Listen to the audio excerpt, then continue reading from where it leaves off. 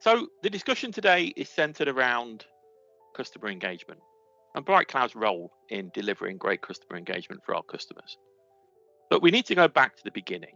And I believe that customer engagement, it's achieved by bringing together a combination of factors. And all of this is designed to contribute to this positive and satisfying interaction between a customer and a business, an organization, local authority, the NHS, really someone providing a service to their customers.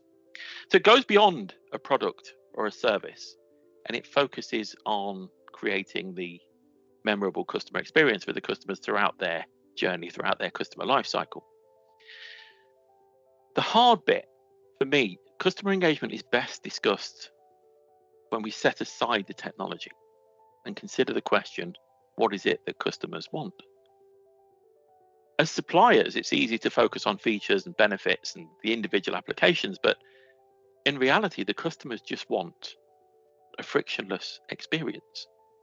Now, frictionless interaction, this is a term I use a lot, and it's a great ambition to have every time that we look at a process or improving the engagements for an organization. I start to look for friction. Frictionless engagements are not only for the customer, but also for the people delivering the service, which for the purpose of this conversation we'll refer to as agents. But an agent to me really is just anybody, a subject matter expert, someone in the back office, someone in the department of one, anyone that's delivering expertise, knowledge, or a service to your customers, I will refer to collectively as an agent. Okay. As consumers, we all know in our day-to-day lives, and I've had examples this week of times that we've had to engage with an organization and they introduce friction. And they're doing it because the process is designed to help them and not necessarily the customer. Now, as customers, we do notice friction. Agents notice friction because then it's manifested by them juggling multiple systems to reach a resolution. So my first piece of advice when BrightCloud are engaged in working with a customer to help them look at their entire estate, look at ways to improve, look at ways that we can suggest priorities and improvement plans and everything else. Let's look together for the friction and remove it. Now, one of the challenges that I have when talking to any organization is to get them to stop thinking about how they do things now. One of the terms that keeps coming up in my conversations is process by exception, because processes grow over many years and they're often shaped by limitations in data, culture, systems, other factors. Technology's come such a long way that the old rules that were holding us back need no longer apply. But the processes have become so ingrained that people think that's the only way to do things. So it's really helpful when we start engaging with any organization to get them thinking beyond the technology and just answer the question, how would we like to engage with our customers? What would we like the experience to be? Then we can wrap the technology around that to deliver the outcome. As a colleague of mine, and probably one of the most learned people in this whole area, often says, this is about psychology, not technology. Okay. So to aid this conversation along, okay, I started with 10 key points, but I ended up on 11 because you can't end a list with 10. It has to go to 11, just the way I think. So let's have some points. And these are the elements that I think define a great customer experience. The communication with our customers needs to be transparent. It needs to be effective. It needs to be contextual. It just needs to help them do the thing that they're trying to get done. And that experience should be the same regardless of how they've chosen to engage with you. And again, it needs to be frictionless. They need to be able to move between channels. So let's imagine that the customer started out on one channel because that's the channel they choose to use. Maybe they use WhatsApp. WhatsApp's incredibly popular. But if they're going to move from WhatsApp into a voice conversation or into some other area of automation, a knowledge base, a website, it needs to be frictionless. If they get escalated to a person, everything that's happened so far needs to go with them. If we're treating customers as an individual Okay, we can tailor the experience to their needs and their preferences, which generally you've usually stated that with us what the preference is. And we know who they are. So why don't we start addressing them by name? From the moment that the engagement begins, we know that 72% of people still want to communicate with an organization by voice. Okay, that's where they will start. And we'll come back to that in a bit, but that's where they will start. And if we know who they are, and if they're calling us on a voice line, if they're calling us on the phone, why don't we answer them in the IVR by name? If we know that they have an order, they have a case open, they have something outstanding, let's acknowledge that in the IVR. Let's ask them if that's why they're calling. Is this an update? We can actually answer a lot of this stuff before it ever gets to a person. And this is a great experience for them because they're really only calling to do something. Okay.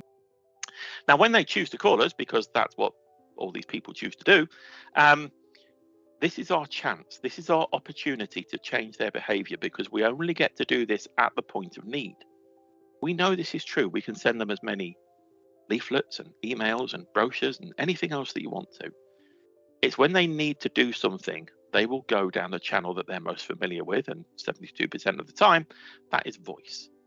That's the chance that we get to meet them where they are and then steer them to resources or ways in which they could handle this more effectively. So by offering the caller choices like a deflection to a digital channel, pointing them at resources in a website by choice, do not force them to the resource because they will see that as friction and will actively fight against it. But let's give them some choice. And then the choices that they make at that point give us an indication of their preference, which we can then add to their customer profile. Easy is a funny thing. Simplifying is a funny thing. It sounds easy. It actually takes a lot of work and a lot of thought to make something seem easy. But here at BrightCloud, when we start talking to people at the beginning of any kind of engagement, it's how do we simplify this? How do we find the bits that have been made complex through exception because of the previous processes that you put in place? So generally, the things that we're pointing people at, if we're pointing them to websites and resources that you have online, they already exist. It's just about helping customers to move to that at the right time. So there's an awful lot of talk about AI. And whenever we talk about AI, we have AI throughout our portfolio at BrightCloud. And a lot of the vendors that we act as suppliers for, they've had it in their portfolios for 20 plus years. It's not a new thing. But the one thing that hasn't changed so far, and I can't imagine how it would, is we can't automate empathy. We can imitate empathy, but human beings are very good at empathy. So if we're going to build our processes around the customers, we've got to show empathy for customers and showing a general concern for their needs.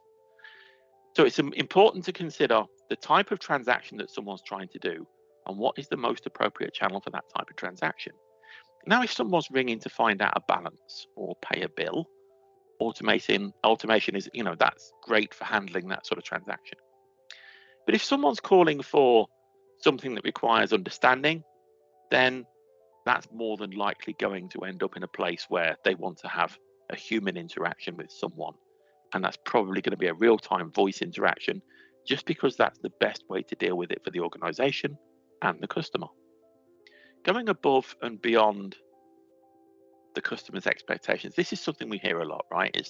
It's often lauded as the hallmark of a great customer experience. But how do we do it? Well, just answering by name at the start is often a good start because people aren't expecting that generally. But it's about personalized gestures. It's about unique experiences and making them feel valued. I know who you are. I know what you want. And here's how I'm going to help you to do that. Is there anything else I can help you with? Oh, and actually, while you're on the phone, we've been trying to contact you about this other thing. Can we help you out with that now as well while you're here? It's just bringing together the intelligence about the customer, putting yourself in their shoes, to use a slightly overused term, and just meeting them where they are. Okay. Number 7, never repeat. My bugbear. I will not do this. If I ring an organization and I go through the IVR, the automation, for a person, and I may need to get transferred, but I've already established with them who I am, what it is that I want to talk to them about. If I need to be transferred, and the next person answers with the question, how may I help you? Which ultimately means I don't know who you are or what you want. And they ask me to repeat them myself, I will not do it. And I don't think anyone else should either. We live in a world where this is absolutely possible. No one should ever have to repeat themselves. And if a conversation is continued with multiple agents or automation, that whole journey can be transferred with the customer. No reason to be repeating ourselves. Let's all move away from that. So the traditional way of dealing with conversations over multiple channels was often to have different applications, different sources of data, and the first part of any agent's job in the morning would be logging on to different systems, and they'd have lots and lots of tabs open, which they'd be moving about all day because they're working around disconnected processes, if you like. So in our world, what we aim for is a single interface that's providing contextual information to the agent at the right time, because that's the outcome. How I get there is less important. It's very much around bringing together data, people, process, and understanding all of that on the back end so that we can then make it contextual at the right time. Like I say, simplification is actually quite complicated. We just need to make it look easy, okay? But it's about simplifying the process for the agent so that they can concentrate on delivering the quality of service that they want to and you expect them to. And here's a piece of advice and something that I look for in any organization when I go to talk to them about customer engagement. Sit with someone talking to your customers and count the mouse clicks. And then when you've made a change, count them again. If you're getting less mouse clicks, that's an improvement. Now, as someone that talks quite fast, I realize that this is an ironic statement, is to consider pace, but not all engagements need to be in real time. When we look at the ways in which people can communicate with us, we're going to have voice, which is real time. It's a synchronous type of communication. Web chat, there's an expectation that there's going to be someone on the end of it that'll be talking to us, even though that may in effect be automation that's talking to us. But not every engagement needs to be like that. There's going to be times when the customer asks you a question and the resolution involves them going and finding some information, going and doing some other thing, going and talking to someone and coming back to you. So two things need to happen at that point. One is that we don't want to keep the agents hanging on while they go off and do that. But it's really important that the customer can come back and continue that conversation as though it never ended. So by the clever use of technology and the way that we actually orchestrate this engagement, we can have that so that the customer then carries on with the conversation. Whoever it is that's fulfilling that agent role knows where the conversation got to, and it carries on very naturally. That's what we need to be aiming for. Continuous improvement is often sort of held as the area of surveys, post-call surveys. How was the experience today? Would you recommend us to other people? And lots of other questions that we ask people. Here's the challenge with all this, and here's where it kind of falls down. I will often ask organizations, do you do surveys? Do you survey people? They, oh, yes, we do surveys. We do post-call surveys. We send out email surveys. And putting aside for a moment the response rate to surveys, my next question generally is, and what happens if you get negative feedback? More often than not, that will be, we take a report every month, we feed that into the board, we measure that, we constantly look to improve that because that's one of the metrics we use in our key performance indicators. None of that has helped the customer. So my answer at that point would be, wouldn't it be really helpful if the systems that you had in place, the solutions, the process, the people, everything was geared to recognize negative feedback and do something with it there and then? So finally, point 11. Whilst every organization has different requirements, we're all serving people. People busy. We're emotional. We know what we like. We know what we don't like. I've talked about friction, and friction is different things to different people. Okay, but we have this great advantage because we're all people. We know what we like. We know what irritates us. So when you start looking at this whole area of customer engagement, my advice is don't overcomplicate it. Don't start with things that are too complicated at the beginning, because making a change will affect the dynamic metrics, if you like, of everything else. So what's often the case is that people think, well, here's what we'll do. We'll take this system that we use at the minute for doing all of this, but we'll rip that out and replace it and put something else in. But you don't know what you've just changed and how that has affected the overall result. If you do or have in place a way in which that you can make continual change, continuous improvement, measure that improvement, then it's a much better way of understanding what works and what doesn't, and quickly adapting to changing situations. That's a much better way of achieving this than these massive big bang approaches. And as I said earlier on, the irony is that simplifying this, making it easy, it takes effort. When we look at the world at BrightCloud, we're looking to deliver a personalized engagement on the customer's channel of choice. Okay. And it's all about doing that at a time, a place, and a pace to suit them. And what we find when we start looking at this is that this isn't a technical problem. It's an orchestration problem. So here at BrightCloud, we've gotten very good at this orchestration exercise. So come and talk to us and we'll show you how we do it. Thank you.